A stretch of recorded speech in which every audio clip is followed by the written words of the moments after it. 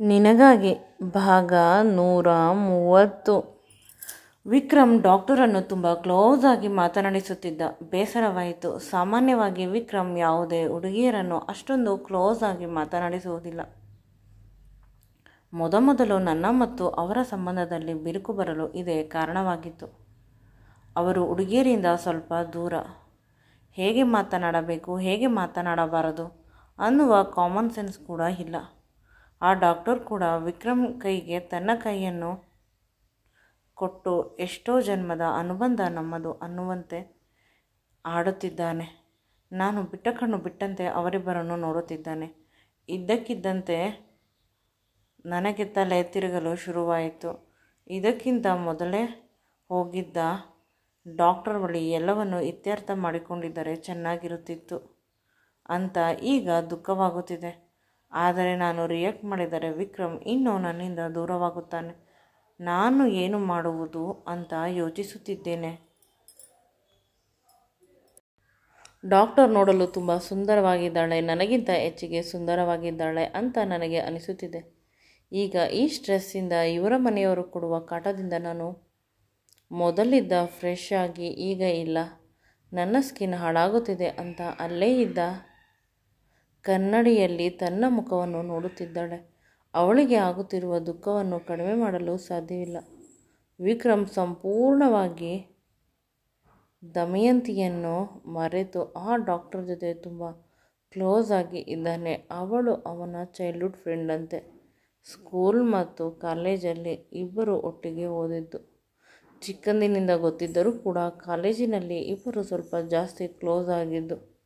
ಇಬ್ಬರು ತಮ್ಮ ತಮ್ಮ ಕಾಲೇಜಿನ ವಿಷಯಗಳನ್ನು ತುಂಬ ಪ್ರೀತಿಯಿಂದ ಹೇಳಿಕೊಳ್ಳುತ್ತಿದ್ದಾರೆ. ಈಗ ದಮಯಂತಿಗೆ ಏನು ಮಾಡಬೇಕು ಅಂತ ತಿಳಿಯುತ್ತಿಲ್ಲ. ಸಡನ್ನಾಗಿ ತನ್ನ ನಂಬರಿಂದ ವಿಕ್ರಮ್ಗೆ ಕಾಲ್ ಮಾಡಿದಳು. ದುರಾದೃಷ್ಟ ಅಂದರೆ ಫೋನ್ ಸೈಲೆಂಟ್ ಇದೆ. ಡಾಕ್ಟರ್ ಕಾಲನ್ನು ನೋಡಿದಾಗ ಕಾಲುಂಗುರ ಇರಲಿಲ್ಲ. ಕತ್ತನ್ನು ನೋಡಿದಾಗ ತಾಳಿ ಇದ್ದಂತೆ ಇರಲಿಲ್ಲ.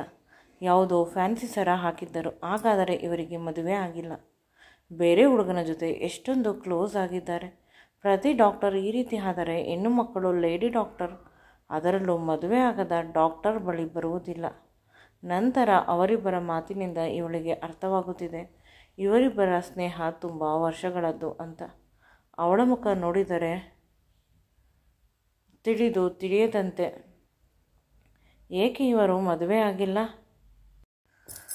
ಅವಳಿಗೆ ಕಾಣುತ್ತಿದೆ ಅವರಿಬ್ಬರ ಮದುವೆ, ಅವರ ಮಕ್ಕಳು. ಆ ಕಾಲಕ್ಕೆ ಅವಳು ಕನಸು ಕಾಣುತ್ತಿದ್ದಾಳೆ. ಸಡನ್ನಾಗಿ ಡಾಕ್ಟರ್ ಬಂದು ಆ ರಿಪೋರ್ಟ್ ಬೇಕು ಅಂತ ಕೇಳಿದಾಗ ನನಗೆ ಎಚ್ಚರವಾಯಿತು.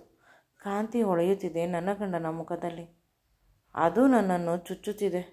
ನನ್ನ ಎಲ್ಲ ಪರೀಕ್ಷೆ ರಿಪೋರ್ಟ್ ನೋಡಿ ಸ್ವಲ್ಪ ವೀಕ್ ಇದ್ದಾರೆ ಅಂತ ಹೇಳಿ ಹೊರಟು ಹೋದರು ಆ ಡಾಕ್ಟರ್. ನನಗೆ ತುಂಬ ಬೇಸರವಾಗುತ್ತಿದೆ. ಹೊಟ್ಟೆ ಗುಡ ಅನ್ನುತ್ತಿದೆ.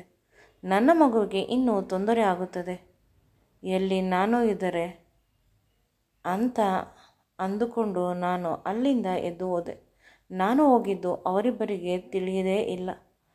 ಅವನು ಇವಳ ಕೈಯನ್ನು ಹಿಡಿದುಕೊಳ್ಳುವುದು, ತುಂಬ ಆನಂದದಿಂದ ಇಬ್ಬರು ಮಾತನಾಡುವುದು, ನಾನು ಅಲ್ಲೇ ಇದ್ದೇನೆ ಅನ್ನುವುದನ್ನು ಸಂಪೂರ್ಣವಾಗಿ ಮರೆತು ಬಿಟ್ಟಿದ್ದಾರೆ.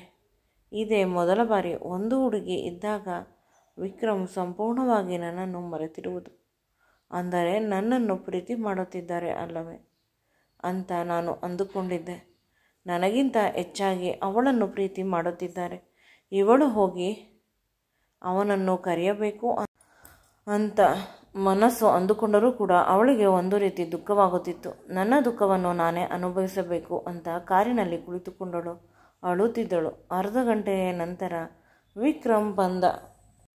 ಅವಳ ಸುಂದರವಾದ ಕಣ್ಣುಗಳಲ್ಲಿ ಕಣ್ಣೀರು ಧಾರಾಕಾರವಾಗಿ ಬರುತ್ತಿತ್ತು.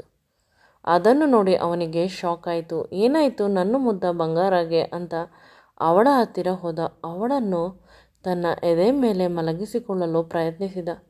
ಅವಳು ಕೋಪದಿಂದ ಅವನನ್ನು ದೂರ ತಳ್ಳಿದಳು. ವಿಕ್ರಮ್ಗೆ ನಿಜವಾಗಲೂ ಅರ್ಥವಾಗಲಿಲ್ಲ. ಏಕೆಂದರೆ ಆ ಡಾಕ್ಟರ್ ಅವನ ಕ್ಲಾಸ್ಮೇಟ್ ಆಗಿದ್ದರಿಂದ ಸ್ವಲ್ಪ ಸಲಿಗೆಯಿಂದ ಇರುತ್ತಿದ್ದ. ಅವಳ ಅಮ್ಮ ಇವನ ಅಮ್ಮ ಇಬ್ಬರು ಬೆಸ್ಟ್ ಫ್ರೆಂಡ್ಸ್. ಹಾಗಾಗಿ ಅವರು ಫ್ಯಾಮಿಲಿ ಫಂಕ್ಷನ್ನಲ್ಲೂ ಕೂಡ ಸಿಗುತ್ತಿದ್ದರು. ಇವಳಿಗೆ ಏನಾದರೂ ತೊಂದರೆ ಆಗಿರಬಹುದು. ಅದನ್ನು ನೆನೆಸಿಕೊಂಡು ಅವನಿಗೆ ಇನ್ನೂ ಭಯವಾಯಿತು. ಅವನು ದಮಯಂತಿ ಇದ್ದಾಳೆ, ಅವಳು ನನ್ನ ವಿಷಯದಲ್ಲಿ ತುಂಬ ಪೊಸೆಸಿವ್ ಅನ್ನುವ ವಿಷಯ ಗೊತ್ತಿದ್ದರೂ ನಾನು ಹೇಗೆ ಈ ರೀತಿಯ ತಪ್ಪನ್ನು ಮಾಡಿದೆ? ಇನ್ನು ಅವಳನ್ನು ಸಮಾಧಾನವಾಗುವುದು ತುಂಬ ಕಷ್ಟ.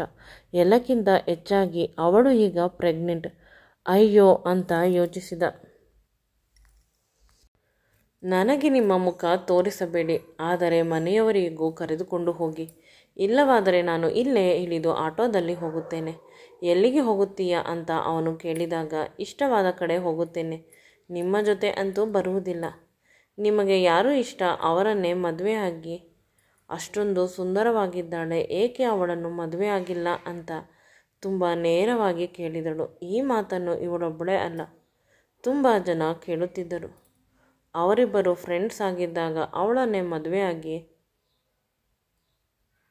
ಬ್ರಿಲಿಯಂಟ್, ತುಂಬ ಚೆನ್ನಾಗಿದ್ದಾಳೆ, ನಿನಗೆ ಈ ಜನ್ಮದಲ್ಲಿ ಸಿಗುವುದಿಲ್ಲ ಅಷ್ಟೊಂದು ಒಳ್ಳೆಯ ಹುಡುಗಿ ಅಂತ ಪ್ರತಿಯೊಬ್ಬರು ಹೇಳುತ್ತಿದ್ದರು. ಆದರೆ ಎಂದೂ ಕೂಡ ಅವಳ ಬಗ್ಗೆ ಆ ರೀತಿಯ ಭಾವನೆ ಬಂದಿಲ್ಲ. ವಿಕ್ರಮ್ ತುಂಬ ಯೋಚನೆ ಮಾಡುತ್ತಿದ್ದ. ನನಗೆ ಏಕೆ ಅವಳ ಮೇಲೆ ಪ್ರೀತಿ ಅನುರಾಗ ಶುರುವಾಗಿಲ್ಲ ಅಂತ.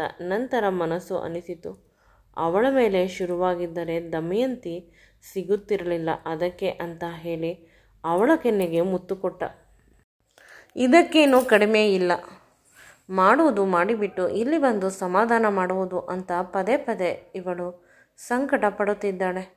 ಡಾಕ್ಟರ್ ಎಷ್ಟು ಸುಂದರವಾಗಿದ್ದಾರೆ.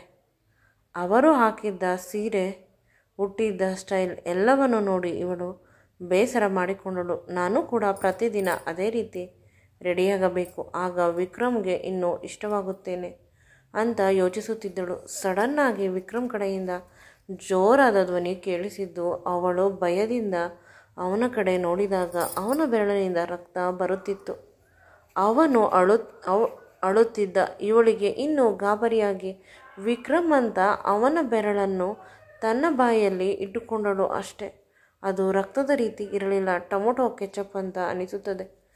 ತುಂಬ ಕೋಪದಿಂದ ಅವನ ಬೆರಳನ್ನು ಬಿಟ್ಟಳು. ನೀವು ಈ ಮಟ್ಟದಲ್ಲಿ ಇಳಿಯುತ್ತೀರಾ ಅಂತ ಅಂದುಕೊಂಡಿಲ್ಲ. ನನಗೆ ಎಷ್ಟು ಭಯವಾಯಿತು, ನಿಮಗೆ ತೊಂದರೆ ಆಗುತ್ತದೆ ಅಂತ. ನೀವು ಆರಾಮವಾಗಿ ಇದ್ದೀರಾ ಅಲ್ಲವೇ? ಹೌದು ಅಂತ ವಿಕ್ರಮ್ ತಲೆ ಅಲ್ಲಾಡಿಸಿದ. ನಂತರ ಏನು ಮಾತನಾಡದೆ ಅವಳನ್ನು ಸ್ವಲ್ಪ ಪಕ್ಕಕ್ಕೆ ಎಳೆದು ಅವಳ ತುಟಿಗೆ ನಿರಂತರವಾಗಿ ಮುತ್ತನ್ನು ಕೊಡಲು ಆರಂಭಿಸಿದ. ಒಮ್ಮೆ ಮುತ್ತು ಕೊಟ್ಟು ಬಿಟ್ಟಿದ್ದರೆ ಸಾಕಿತ್ತು, ಆದರೆ ಇವನು ಕಂಟಿನ್ಯೂ ಆಗಿ ಅವಳ ತುಟಿಯನ್ನು ಮುತ್ತಿನಿಂದ ಅಭಿಷೇಕ ಮಾಡುತ್ತಿದ್ದಾನೆ. ಇದು ಇವರಿಬ್ಬರಿಗೂ ತುಂಬ ಇಷ್ಟ ಅಲ್ಲವೇ? ಎಷ್ಟು ಹೊತ್ತು ಕೋಪದಲ್ಲಿ ಇದ್ದವನು ಈಗ ಮಂಜಿನಂತೆ ಕರಗಿ ಹೋದಳು.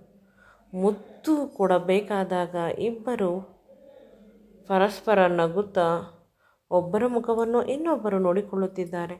ಇಲ್ಲಿ ದಮಯಂತಿ ವಿಕ್ರಮ್ ತನ್ನ ಪ್ರಾಣ ಅಂತ ಅಂದುಕೊಂಡಿದ್ದಾಳೆ, ಆದರೆ ವಿಕ್ರಮ್ ದಮಯಂತಿಯನ್ನು ಅವನಿಗಿಂತ ಹೆಚ್ಚಾಗಿ ಪ್ರೀತಿ ಮಾಡುತ್ತಾನೆ. ಅಂದ ಮೇಲೆ ಬೇರೆ ಹುಡುಗಿಯರ ಚಿಂತೆ ಏಕೆ? ಅಷ್ಟು ಬೇಗ ಇದನ್ನೆಲ್ಲ ಮರೆಯುವುದಿಲ್ಲ ದಮಯಂತಿ. ವಿಕ್ರಮ್ ಮತ್ತು ತನ್ನ ವಿಷಯ ಆಗಿರುವುದರಿಂದ ತುಂಬ ದಿನ ನೆನಪು ಇಟ್ಟುಕೊಂಡಿರುತ್ತಾಳೆ. ಕೇವಲ ನೆನಪು ಇಟ್ಟುಕೊಂಡಿದ್ದರೆ ಸರಿ, ಆ ವಿಷಯದಲ್ಲಿ ಜಾಸ್ತಿ ಮೂಗು ತೂರಿಸುತ್ತಾಳೆ ಅಂತ ಅನಿಸುತ್ತದೆ. ಅವರಿಬ್ಬರ ಪ್ರೀತಿ ಅಮರವಾದದ್ದು.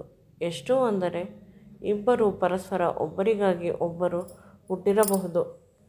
ಇವನು ತನ್ನ ಎರಡೂ ಕೈಗಳನ್ನು ಅವಳ ಬೆನ್ನ ಮೇಲೆ ಇಟ್ಟಿದ್ದಾನೆ. ಅವಳ ಬ್ಲೌಸ್ ತುಂಬ ಡೀಪ್ ಇದ್ದರಿಂದ ಅವಳ ದೇಹದ ಸ್ಪರ್ಶ ಇವನ ಕೈಗೆ ರೀಚ್ ಆಗುತ್ತಿದೆ. ಮೊದಲು ಇವಳು ಕೋಪದಲ್ಲಿ ಇದ್ದರೂ ಕೂಡ ನಿಧಾನವಾಗಿ ಇವಳು ಕೂಡ ಓಪನ್ ಆಗುತ್ತಿದ್ದಾಳೆ. ಇವಳ ಕೈಯನ್ನು ಅವನ ಕೂದಲಿನಲ್ಲಿ ಇಟ್ಟುಕೊಂಡು ಆಟ ಆಡುತ್ತಿದ್ದಾಳೆ. ತುಂಬ ಹೊತ್ತು ಇದೇ ರೀತಿ ಇಬ್ಬರು ಇದ್ದರು. ಆದರೆ ಹಿಂದೆಯಿಂದ ಒಂದು ಕಾರ್ ಪದೇ ಪದೇ ಆನ್ ಮಾಡುತ್ತಿತ್ತು. ಆ ಕಾರಣ ಮುಂದೆ ತರಲು ಇವರು ಕಣ್ಣು ಬಿಡುವುದಕ್ಕೂ ಆ ಕಾರು ಹೋಗುವುದಕ್ಕೂ ಒಂದೇ ಸಮಯವಾಯಿತು. ಆಗ ದಮಯಂತಿ ಬೈದುಕೊಂಡಳು, ನಾವಿಬ್ಬರು ಇನ್ನೂ ಸ್ವಲ್ಪ ಹೊತ್ತು ಅದೇ ರೀತಿ ಇರುತ್ತಿದ್ದೆವು ಅಂತ. ಏನು ಮಾತನಾಡದೆ ಇಬ್ಬರು ಮನೆ ಕಡೆ ಸಾಗಿದರು. ಮನೆಗೆ ಹೋಗುವಷ್ಟು ಧೈರ್ಯ ನನಗೆ ಇಲ್ಲ. ನೀವು ಪ್ರತಿದಿನ ಫಾರ್ಮ್ ಹೌಸ್ಗೆ ಬನ್ನಿ ಅಂತ ಹೇಳಿದಾಗ ವಿಕ್ರಮ್ ಖುಷಿಯಿಂದ, ನೀನು ಕರೆಯೋದು ಹೆಚ್ಚ, ನಾನು ಬರೋದು ಹೆಚ್ಚ, ಸದಾ ನಿಮ್ಮ ಸೇವೆಗೆ ನಾನು ಸಿದ್ಧನಿರುವ ಸೇವಕ ಅಂತ ಅವಳ ಕಾಲುಗಳಿಗೆ ಮುತ್ತು ಕೊಟ್ಟ. ಇವಳಿಗೆ ಇದೆಲ್ಲ ವಿಚಿತ್ರ ಅಂತ ಅನಿಸುತ್ತಿತ್ತು.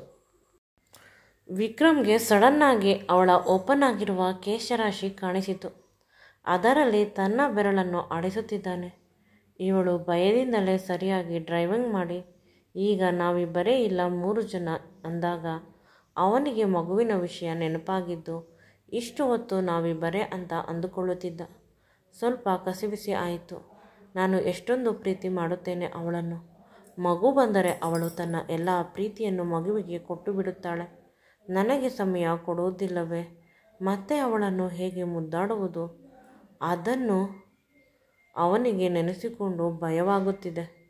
ಪದೇ ಪದೇ ಅವಳನ್ನು ನೋಡುತ್ತಿದ್ದಾನೆ. ಇದೇ ಬೇಸರದಲ್ಲಿ ಫಾರ್ಮ್ ಹೌಸನ್ನು ತಲುಪಿದರು. ಈ ಸಮಯದಲ್ಲಿ ಅವಳಿಗೆ ನಾನು ಸ್ಟ್ರಾಂಗ್ ಆಗಬೇಕು ಅಂತ ತನ್ನ ಮನಸ್ಸಿನ ಆಸೆಗಳನ್ನು ತಾನೇ ಕಡಿಮೆ ಮಾಡಿಕೊಳ್ಳಬೇಕು. ಅದಕ್ಕಾಗಿ ವರ್ಕೌಟ್ ಅನ್ನು ರೆಗ್ಯುಲರ್ ಆಗಿ ಮಾಡಬೇಕು ಅಂತ ಯೋಚಿಸುತ್ತಿದ್ದ. ಏಕೆಂದರೆ ದಮಯಂತಿಯನ್ನು ನೋಡಿದ ತಕ್ಷಣ ಅವಳನ್ನು ಮುಟ್ಟಬೇಕು ಅನ್ನುವ ಆಸೆ, ಅವನಿಗೆ ಮುಟ್ಟಿದರೆ ಅವಳನ್ನು ಮುದ್ದಾಡಬೇಕು ಅನ್ನುವ ಆಸೆ, ಮುದ್ದಾಡಿದರೆ ಮಗುವಿಗೆ ತೊಂದರೆ ಆಗುತ್ತದೆ ಅಂತ ಡಾಕ್ಟರ್ ಹೇಳಿದ್ದಾರೆ. ಮುಂದೆ ಈ ವಿಡಿಯೋ ನಿಮಗೆ ಇಷ್ಟವಾಗಿದ್ದಲ್ಲಿ ನನ್ನ ಚಾನಲನ್ನು ಲೈಕ್ ಮಾಡಿ, ಶೇರ್ ಮಾಡಿ ಮತ್ತು ಸಬ್ಸ್ಕ್ರೈಬ್ ಮಾಡಿ. Thanks for watching. Keep supporting me always.